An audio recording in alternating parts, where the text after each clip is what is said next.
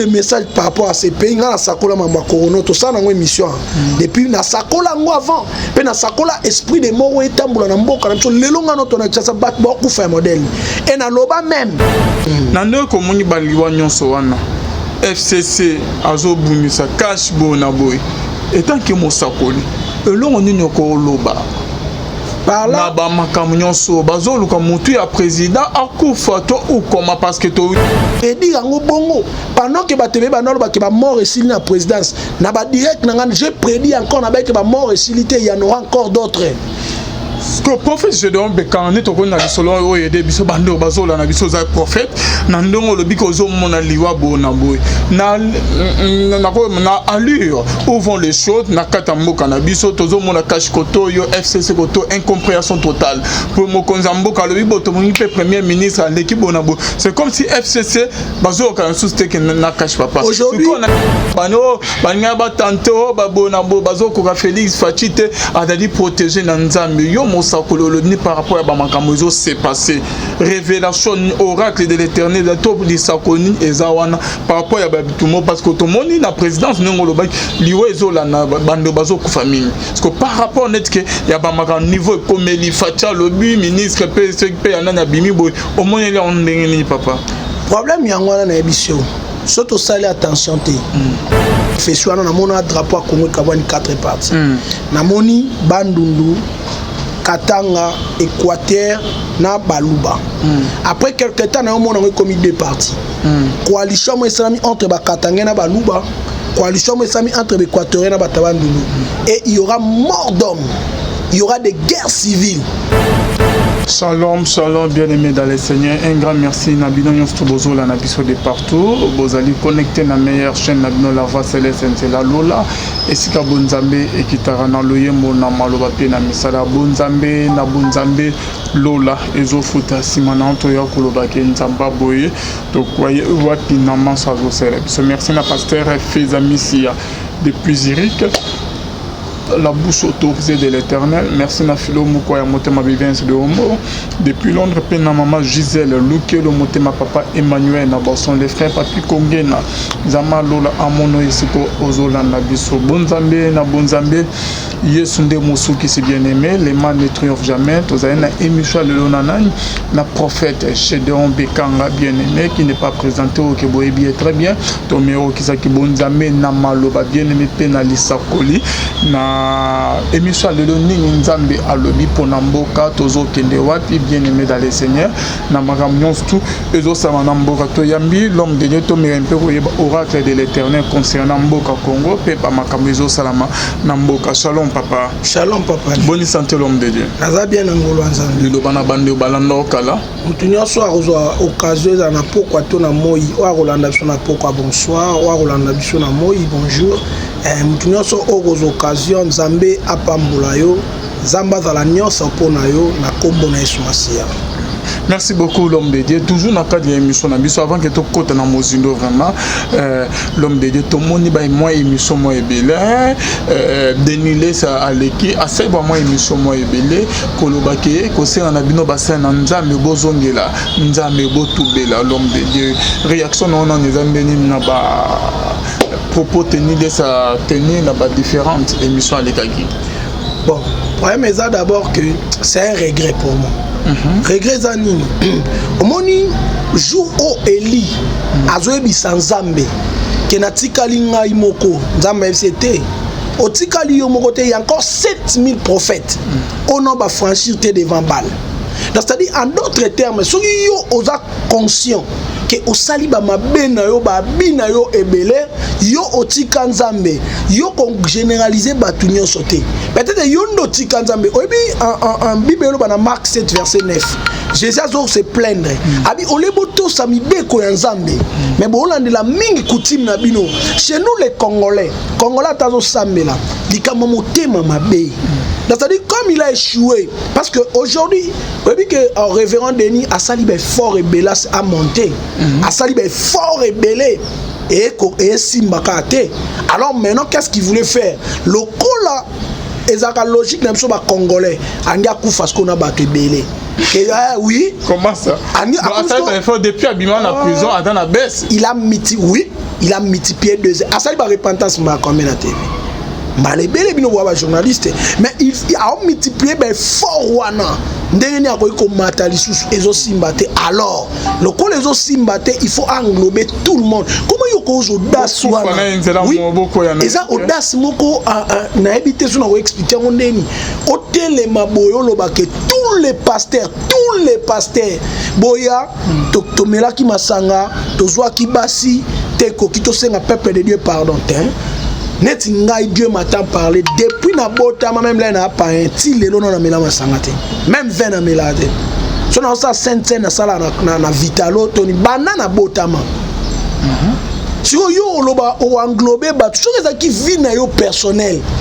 Eza yo non mais alobi ke bino nyonso tout bela bozonga kasi on a loba c'est que bino na bino ba prophète boye ba marambo sala Eli kutwa Eli azaka prophète des nations pour natana so prophète des nations à la raté nous sommes les prophètes de l'église mais il les prophètes des nations non kay pour mon kazaka na bible net pour sa bible so ça la raté pour sur bible yo za prophète des nations na tondeni parce que Nzambabi il nous a établi pour l'édification des saints il nous a établi pour l'église. Dieu n'est pas partout. Dieu est dans l'église. Chose à prophète des nations. C'est que Yota Brazzaville, Arena Osan. Topoto Osan. Pour ça, la nation, c'est la nation moko. Parce que l'Élysée n'a pas libre défendre Kaka Israël. Bible Belobi, roi à Syrie, parmi biso très très moko azali. Oyo, à chaque fois to solo laka, azwara makamba kenda oloba na israélite. Moko ba concerné habiter roi en Israël, il y a un prophète. C'est-à-dire, Élisée était un prophète établi que pour Israël. Il y a un roi, dans 2 rois 6, Basimi Balé, Basali Kelembabana. Moi, quand je suis moana, il y a Mouninga Balé, et comme il moana, Mouninga Boy, Amoni roi Zole Kabandi Uganga. Roi Katelanga Likambo, il a dit, le roi déchira ses habits, atikali na sac, wana pe ma kamchouchou, mais tozonga ka place tozali. Mais roi na munokone lobini, abinzambe ko traiter nga na rigueur te. L'on a kata muto Élisée.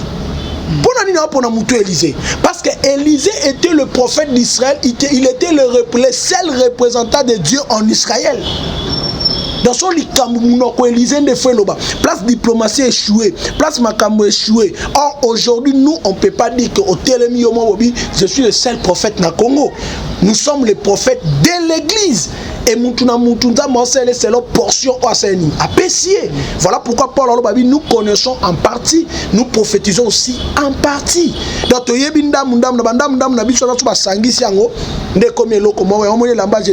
quatre parties. Donc, groupe de 4, nord, sud, est, ouest. Batunyo Sobana déchet là-bas. Jésus là, quand on s'angisse là-bas, on est mobimba. Yo que nous relobana combo ba ninge tant que qui. Tu as ton appel, j'ai mon appel. L'appel est personnel. Moussa Rose appelle par Moutaliboma, Moussa Rose appelle Nandoto, Moussa Rose appelle par prophétie. Ngana na appel na yo na appel na yo. Yo que nous relobana ngana senga repentance, place au yo moko saliba mabe na yo. Non. Donc c'est à lui à se repentir yemoko na makambo asala. C'est-à-dire à comment zo bosoto to mabe na e ala tisabatunyo. Ça c'est pas quelqu'un qui a l'amour. On est un manque d'amour des esprits congolais. Merci beaucoup, prophète Gédéon Bekanga. Bon, on dirait que, après par exemple, que le prophète est belé, Babuna, qu'on a mongo ya mama ya kapila, bibino mo ya bon, par exemple, après ça que au bango ça ba faux miracle côté de l'église, au monte que quelque part va bien vu, ba makamoto zo mona le na ba prophète, ba faux miracle kindumba, bomila ba masanga, donc bilo mo ya bon. Mais ngana ebiso c'est sa vie. Moi je passe à la voie céleste. Depuis que bateau ba benga biso toyebi bangote toyebi bangote omona ka appel ngr papa na bengio na landa ki on a la voix céleste siko to sakoela ngai personnellement na sakoela bato na ndeni na sako na yebi bangote. C'est-à-dire l'esprit de Dieu, là où il y a l'esprit de Dieu, il y a l'honnêteté, il y a la sincérité, il y a l'amour, il y a la compassion. Soko moni batu bakei na ba biloko na lokwa ba manki na bango ko sa ba biloko na net na ba chaîne na bino ba oyate soka ye awa ye ko finga oya oloba aoyate côté à Yesu ozomona. Pourquoi? Parce que ba tourner tout autour ya matériel, tout autour ya bon ya ngana ebisaka bato le ministère eza nombre ba veste mutana ngote le ministère ya te so ya o tablette moko munene ozo fina c'est pas ça le ministère ya mapangu te le ministère ya mitukate le ministère c'est ce que Dieu t'a dit c'est ce que Dieu a mis en toi ya nzamba aloba na Jérémie 1:9 abi je mets mes paroles dans ta bouche papa Alvin il y a pas un messager sans message nzambe faut aloba no le message na peso yango kende yango moni mkola baptême à Jésus na sepela na place au nzambe aloba bi celui-ci est mon fils bien-aimé à qui j'ai mis toute mon affection mais quelque part abi écoutez-les boyoka ye donc nzambe atie maloba abi boyoka ye et loko esa la force à vie chrétienne force à ministère et ça va biloko ana te omoni ba kotsa lokuta pozo mutumutuka pozo mutulupangu ya kanta sona gagner biloko ana bible bibia quoi bon gagner ce monde et perdre ton âme et l'autre battre la makase za âme na biso mais engolo battre ngane na bo so benga pas présent na okete te mais problème nangé zali jeu de message par rapport à ces pays na sakola mamba corono to ça na ngo émission depuis na sakola ngo avant pe na sakola esprit de mort etambola na mboka na biso lelo ngano to na tsa bat beaucoup faire modèle et na loba même que na remède comment s'en sortir na likambo mais le quoi batu ba s'intéresser na ngote ofandi no zotala na miso est-ce que ngai funa le kala ba média nyonso yo za na kishasa mona ngana ba soko moni muto sa ba biloko bongo. Moi j'ai prophétisé na direct sur Facebook et je le prophétise encore ici. Na 2020 ici la te na sakola ngo le 24 mai. Avant même pour ça caméra ban. Na 2020 ici la te caméra en Liban. Je l'ai vu clair dans mon esprit. Et ngelo bateka innocento aza baingoni aza asala likamona to asala kité. Mais ce que Dieu m'a montré, nzamba tali sanga na moni Liban. Je l'ai prophétisé en plein direct il y a le 24 mai, avant même le 25 procédé banda. J'ai vu le ciel ouvert, j'ai écouté une voix très claire. C'est ça un prophète. Je suis dans le prophétique. Na prédit en bongo. Pendant que batebe banol ba ke ba mort et s'il na présidence, na ba direct na j'ai prédit encore na ba ke ba mort et s'il il y en aura encore d'autres. Que prophète je donne bekane to ko na solo o yede biso bando bazola na biso za prophète na ndongo lo biko zo mona liwa bona boy na allure où vont les choses na katamboka na biso tozo mona cash koto yo FCC koto incompréhension totale pour mo konzamboka lo bibo to moni premier ministre l'équipe bona bo c'est comme si FCC bazo ka sous-te que na cash papa aujourd'hui on a nina lo bani question na nina na poser zan. Bon, aujourd'hui, on y a ça. Aujourd'hui, une année passée, depuis la pierre professionnelle, on a un drapeau à Congo qui a 4 parties. Namoni, Bandundu, Katanga, Équateur, na Baluba. Après quelques temps, on a commis 2 parties. Coalition entre Katanga et Baluba, coalition entre Équateur et Bandundu. Et il y aura mort d'hommes, il y aura des guerres civiles. Dans nos barapes même, il y a un remède de l'Okwana. Dieu m'a dit qu'est-ce qu'on peut faire pour empêcher cela spirituellement. Ok, Toro Sanini. Papa. Dans l'obit, c'est à eux de venir vers nous pour essayer de prier.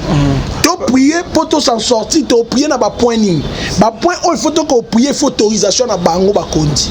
Autorisation à Bango Bakondi parce que bon pour que Bakondi vers Yonde Bamisu Bazo Sala ou comment. Oui, et l'on est dans l'oba. Un prophète dans le prophétique. Quand le prophète quitte la montagne pour aller vers le peuple, les prophètes t'attendent. Mais ceux qui peuple longwe na sebalandi prophète na montagne, prophète atatonate. Tala mukolo Samuel alongwa ngomba pa kenanda kwa Isaïe, atatona makasi, asimbi Eliab, asimbi Sham, asimbi Abinadab, atali nzamba bine oh. Ibino bolanda ko e frapper misu, ngana landa wana te. Papa banu wana mwana musute, prophète atatoni. Mais tala mukolo prophète avana na montagne Saoula e. Prophète a une précision makasi aboyi pona banes anes ozolu question monani mais problème est à moko lelo comme roi toke d'offrir. Beaucoup de gens ont perdu les sacrés, ont perdu la puissance de Dieu pour balanda ba kondiana na ciment bango de faut ba ya verbiso jour à s'intéresser na besoin il y a pas un miracle sans besoin mutu faut créer besoin pour mon miracle. Comment Mouton crée besoin de Yosolande au miracle ango. Là tu es en train de monnaie les dents de Dieu. Bango de fois mon a besoin, mon a utilité, mon a pas ya Yesu na makambo. Ils vont venir vers nous. Merci prophète Gédéon Bekanga. Si question dans les aboy. Nando ko moni baliwa nyonso wana. FCC azo bumisa cash bona boy. Etant que mosakoli. Elongo nini ko loba. Na ba makamu nyonso bazo luka mutu ya président akufa to ou comment parce que to yoka bano banya ba tanto babona bo bazo ko Félix Fatite a dit protéger na nzambe yo mosakolo ni par rapport à ba makamu zo s'est passé révélation oracle de l'Éternel da to di sakoni ezawana par rapport à babitumo parce que to moni na présidence ngolo ba liwe zo la na bando bazo ku famille parce que par rapport net que ya ba makamu niveau comme Eli Fatia lobi ministre PSP anana bimi boy au moins il y a un déni papa. Problème yango na ebisio. Surtout ça attention te. Toke na guerre civile. Batu ba kufa na mboko en cascade. Boni ba kufa en cascade bon. Na loba ngo pe kaka. C'est ba no critiquer jeune prophétesse wana que je n'ai jamais même connu. Na ebisa ko na bi dans la prophétie. Mutakolo ba prophétie. Alobi pe a prophétie. Mais tu peux pas yoki prophétie mais ba changer prophétie temps. Et nzamba a changer prophétie mais nzamba a changer et prophétie est changer de temps. C'est-à-dire nzamba ko bunda de tous les moyens pour que sa prophétie ne peu importe ba combat au ba roté les mêmes. Bande quoi Joseph ba ki cela songe. Ba bitala faisait des choses auto tekai. Ba teki ne kona bango prophétie le ngwana nzoto nete. Mais sauf que tande à prophétie et changeage. Yango na lobano na bi tokolo bambala moko te pardon tokolo bambala moko te ke ndekwa sakola ke faula oganya beta libanda te peut-être pe na bi te ça vrai na peut-être pe à cause de la makamaloba que ça vrai mais c'est la période c'est-à-dire les gens vont se comploter contre une pensée de Dieu par exemple mais nzambe yemoko a luka de tous les moyens ndeni akokota. Mais mon frère, quand tu regardes le niveau spirituel de notre pays, quand tu regardes notre pays spirituellement, il y a l'instabilité totale. Spirituellement, sur le tambo cannabis, on est ok wapi. Batu bazo kufa en cascade, pas problème partout. Cela prouve que le Seigneur a un travail. Mais le problème, c'est que nous avons discerné de qu'est-ce que Dieu veut de notre pays. Parce que dans la minute oyo, t'as là un problème de combien de problèmes? Nanyo, Kamel, Pasteur Mukuma, Lobi na oka bakangi ministre filiation ya justice, Abimi, Jean-Marc. Donc c'est-à-dire le pays n'est pas stable. Le pays a plusieurs problèmes. Or un homme spirituel na minicho azonga rasima pour olo babanana observer. Qu'est-ce juste quand on comprend que ça ne va pas spirituellement. Okay. C'est une guerre spirituelle. Mutumoko a vendu sa spiritualité. C'est-à-dire Mutumoko a dominé spirituellement. C'est-à-dire que tu as une guerre spirituelle. Parce que tu n'as pas dit que tu as mais tout le monde a ça mais bazami qu'on a la présidence Roland pasteur Roland Dalo bazaza ibero qu'on a pasteur au PG badali parmi ba grand pasteur na moko mais yo neni na makolo be ba onta ka ko be yo libanda grand bon pour rectifier d'abord grand pasteur à la raté pasteur nyon so pas nzambe a pasteur prophète nyon so pas nzambe a prophète cela est dépend na ndenge nzambe osela mutna kwena pour la vie des arbres, ils appellent lié à l'opportunité. Dans ce péranelo, mon pasteur Espa Lobara Lobi, quand la préparation rencontre l'opportunité. C'est-à-dire, Moutoumou Raza prêt. David a non que Bitumbate pour Lemba. Mais opportunité n'est en même Bitumbe, ça l'a raté. Mais jour à jour, opportunité à Bunda bien qu'on les bateau déjà Bakenda Bitumba. Tu vois? Donc, c'est-à-dire, pour un mezala na Moutou, tikala serein nzambe na yo tikala na alliance na nzambe tikala na bonne relation na nzambe nzamba ko lobela mutu nyonso pa bala mkuta lobela cheval nzamba ki parate nzambe so nga loba tala pendant que balingo aboma Yesu mais nzamba ko lotisa ni mwasi Pilate matiki ba sacrificateur mwasi Pilate ndoye sa mobali ni habité mutu aza innocent na loti ngo na mutu. Donc c'est-à-dire le Seigneur ne tient pas compte de ma positionnement batou batam to sala na ministère. Le Seigneur travaille avec qui il veut et quand il veut. Merci beaucoup prophète Gédéon Bekanga. Nanyon sotolobi message ni ko pesa yasuka na bando bazola no avant que okota na Matthieu. Message est ça que mutunyo surtout place azali sokoza congolais. de prier ma casse pour notre pays. Le pays traverse un temps très compliqué. Au Romona, na Est kuna bitumba. Au Zambien koto, ba côté le biso bazunda mamabele.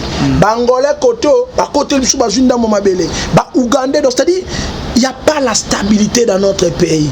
Or manque de stabilité et c'est ce que l'église dit. Et ça musala. Biso ne to bonde la Nzambe, ati la biso pe. Pe apé ça va remède qu'il faut. Or il y a des remèdes. Oh toko sala na minute amuke. Tozi solution pe kimi koti na mboka na biso. Merci professeur Gédéon. Merci beaucoup pour les enfants de Dieu. Je salue tout le monde au nom de Jésus. Je suis venu dire à quelqu'un, je suis venu dire à une maman, je suis venu dire à un frère que le Dieu de la Bible n'a pas changé. Je voulais parler d'un thème qui te fera du bien. Nous sommes dans le désert, mais l'air est avancé. Voilà. C'est ça notre thème d'aujourd'hui. Nous sommes dans le désert, mais l'air est avancé. La Bible dit dans Matthieu 14, à partir du verset 13 à verset 21. Si vous lisez la parole de Dieu, vous allez comprendre que la Bible dit Yesu a mati na bak à kena désert. Comme a commis na désert à kepo fanda. Mais ba disciple na ba foule. Babandi kolande makolo ti place Yesu azala ki na désert. Arrivé là-bas, babi air eleki. Lokola air elekaki. L'air est avancé. Mais bateau bane loko kolia te. Yesu habite bino moko bo pesa bango biloko nini ya kolia. Badise habite toza ne loko te mais il y a 5 pains na 2 poissons. Toza na ngwana. Et Yesu abi amenele. Baye nango, Yesu a prié pour nango. Babi et laissé 5000 hommes. Ça comptait les femmes et les enfants. Je voulais dire à quelqu'un, l'air est avancé, il y a quelque chose dans la vie. On peut pardonner mon tout à facteur temps. Le temps ne pardonne pas. Je ne sais pas le désert de ta vie. Nous sommes dans le désert, l'air est avancé. Le désert, c'est l'endroit où il n'y a pas des entreprises. Le désert, c'est un endroit où il n'y a pas de maison. Le désert, c'est un endroit où il n'y a pas l'eau. Le désert, c'est un endroit où il n'y a pas la vie. Je ne connais pas le désert de ta vie. Je ne sais pas le temps que tu es en train de traverser, ma sœur. Je ne sais pas le temps que tu es en train de traverser, maman, papa. Le temps de ta vie est difficile. Oh, le temps ne va pas t'attendre. Yo aussi la nana stérilité na yo. Tant qu'on zélo t'es na mari de nuit wana. Tant qu'on zélo t'es na femme de nuit. Tant qu'on zélo t'es na instabilité. Tu peux être instable. Tu peux être célibataire. Tu peux être tu souffres de mari de nuit, de faiblesse sexuelle. Oso souffrir, mais tazo que l'homme mawate. Tezo continuer koleka. Tezo continuer koleka. Le lot toza mardi. C'est-à-dire, lobby est comme un mercredi. Mercredi est comme un jeudi. Jeudi est comme un vendredi. Le temps, ils ont continué comme ça, nini. Koleka. Le temps, ils ont continué koleka. Tant ils ont facteur oyo que la mutumawate. Malgré ils ont botate, mais t'es oleka. Malgré ils ont balité, mais bah n'est oleka kaka. Malgré yo, on a une puissance sexuelle, on a batezoleka. Mais ils ont baby solo ba relation belé pe moula peso sanezo kende. Pendant qu'ils ont souffert na dégoût wana sexuel, mikolope ezoleka. Mari de nuit wana bengani combien de basi na vie na yo. Femme de nuit wana bengani combien de femmes dans ta vie. T'as la compréhension, t'as la makambo ezo salama dans ta vie. Mais le temps ne te pardonne pas. Le temps est en train toujours de passer. Or la Bible dit, bango bazo reconnaître que l'air est avancé. Nous sommes dans le désert. C'est-à-dire tous en désert, mais tant de signes. Et l'équipe. Matthieu 14, verset 13 à 21. Donc nous sommes dans le désert, mais l'air est avancé. Le temps est avancé. Il voulait tout simplement dire, si tu as un long pour RDG pour ça, tu as par où commencer. Ne minimise pas ce que tu as. Ces gens-là, ils ont 5 peines à 2 poissons. Ils vont minimiser en haut. Or, par là, Jésus a passé par ce qu'ils avaient. Yo, avec ta petite foi là, avec ta petite foi, continuer à croire dans Nzambe, continuer à linga Nzambe. Yeso olekelaka na foi na wana. Nayebi ke oza déçu na makambo ebelo kuta nango. Nayebi ke oza déçu na ba réalité belé. Mais na foi oka ya mukie otika nango na que le miracle est possible là où il y a un besoin. Créer qu'un besoin, miracle est ko salama. Parce que batona ba ina vie à kolia. Problème de monga ki kolia, mais biloko ya la quitter. Mais Yesu a se servi kana 5 pains et 2 poissons.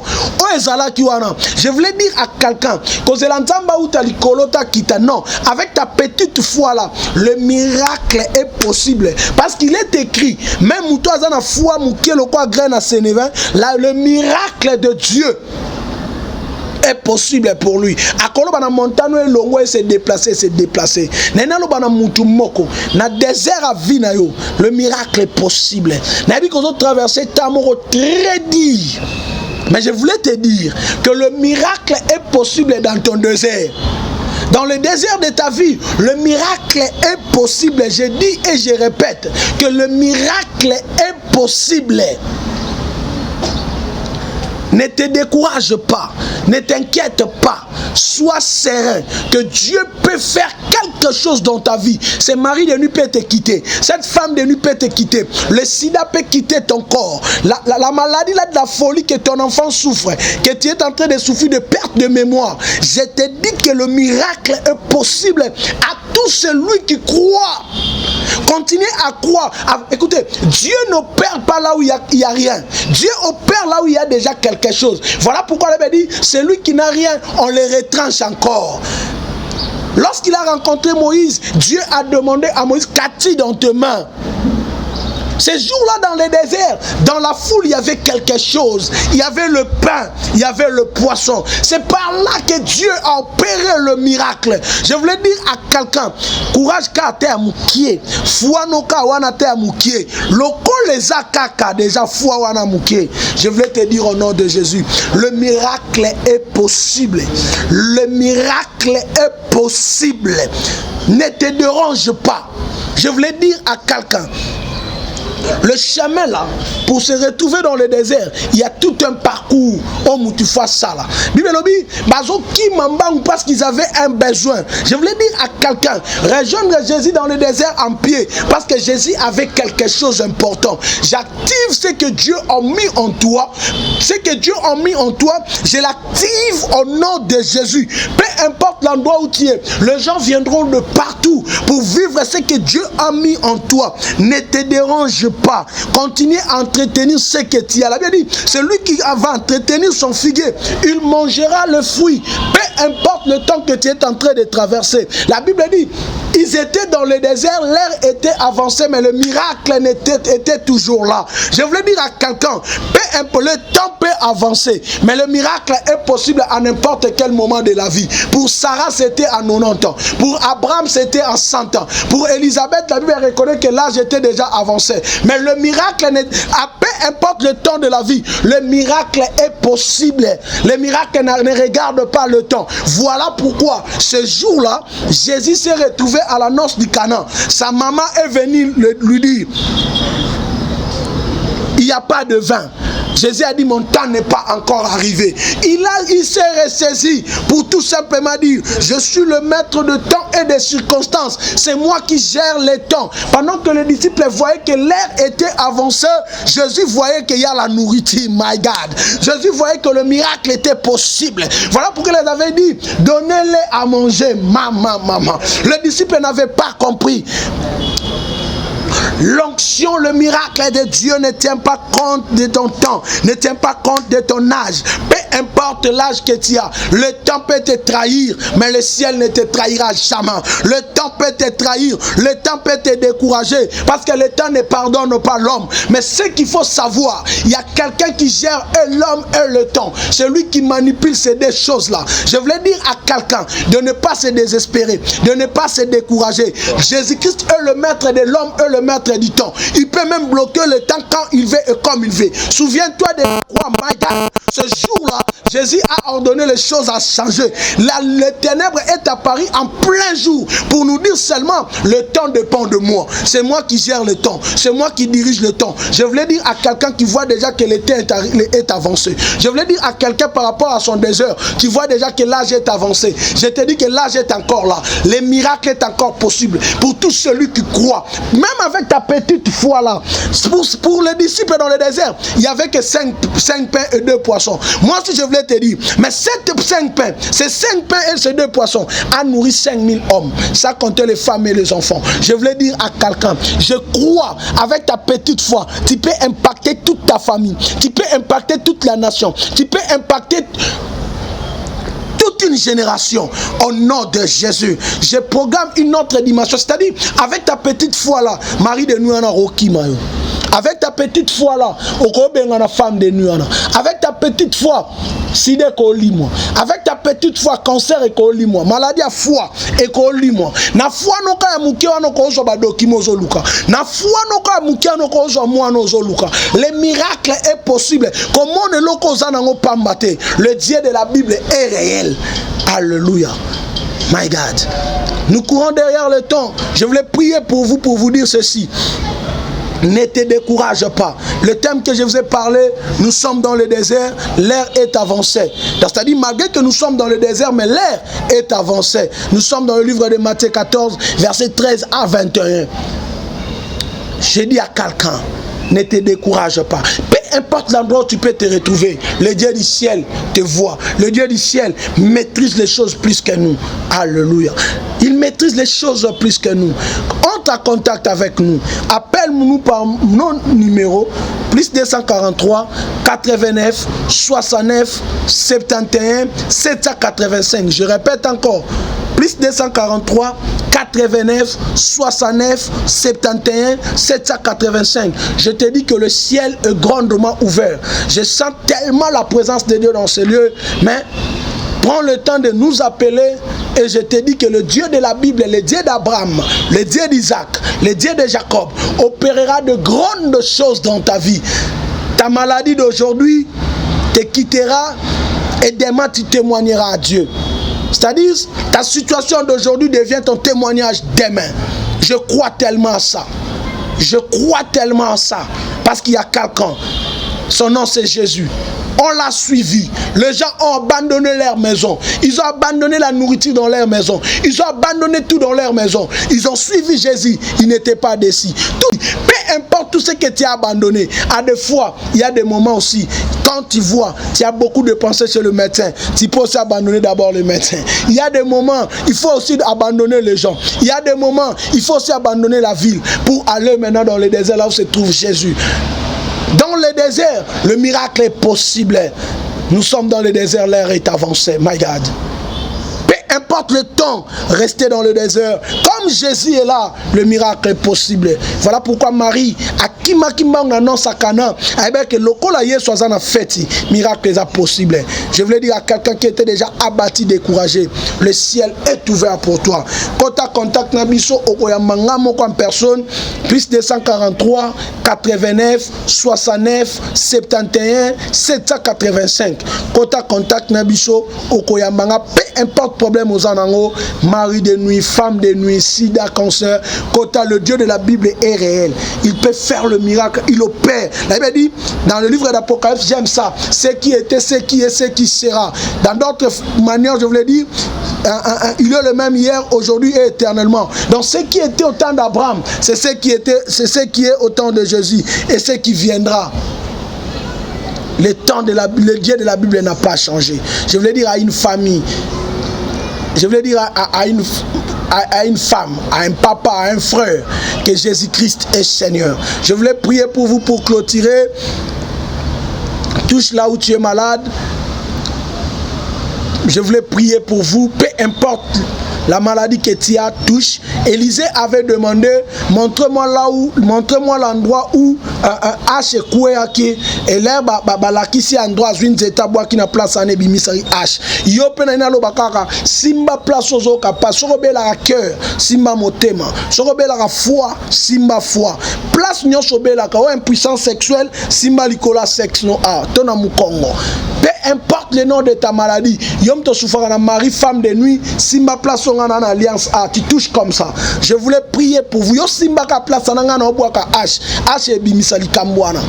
Le véritable bois oba bois que nous bimisa H, c'est notre Seigneur Jésus-Christ de Nazareth. Nalina bois que place yo simi lo boko ane lo ngalo boko na yo, mais ekoma lo boko Yesu Masia. Père éternel, le Dieu qui domine le monde invisible et le monde visible. C'est toi, Seigneur Jésus-Christ, qui est ressuscité du 3e jour. Le bon qu'on a place c'est kokoma te nzambe ya yo ekokoma. Misu na place ezo mona te ya yo ezo mona. Munoko na place bakoyoka voix na te ya yo bakoyoka. Zambe ya Abraham, ya Isaac, ya Jacob. Lelo zanzamba bekanga.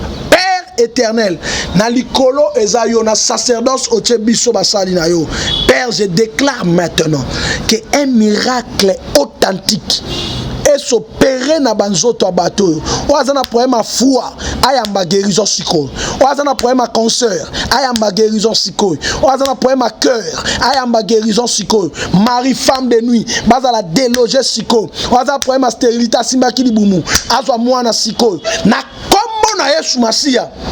Oaza ina poema mutu, lokola simbi mutu, ayamba miracle au nom de Jésus. Oaza ina poema papier, lokola simbi papier, lokola symbole, azwa mukanda au nom de Jésus. Je déclare en qualité de prophète établi par Dieu, na mona place au kufo sekwate, mais na ndima kake Yesu Masi au kufa po sekwa, na nzela kondima wana na zondima, ke batu nyoso balaninga, oba ndimi na prière o, miracle à la partage de bango, pe ba témoigner nzambe, na kombo na Yesu nde na bondeli boye. Amen. Que Dieu vous bénisse. Que Dieu vous bénisse abondamment, abondamment. C'est le prophète Gédéon Bekanga. Kota contact nabiso. Adresse nabiso Facebook ezaka Gédéon Bekanga. Mais numéro nabiso téléphone ezali plus 243 89 69 71 785. Que Dieu vous bénisse. Que Dieu bénisse aussi Papa Alvin, qui bénit encore notre chaîne La Voix Céleste, qui bénit tout celui qui aura l'occasion de suivre ces vidéos. Que Dieu vous bénisse abondamment. Amen.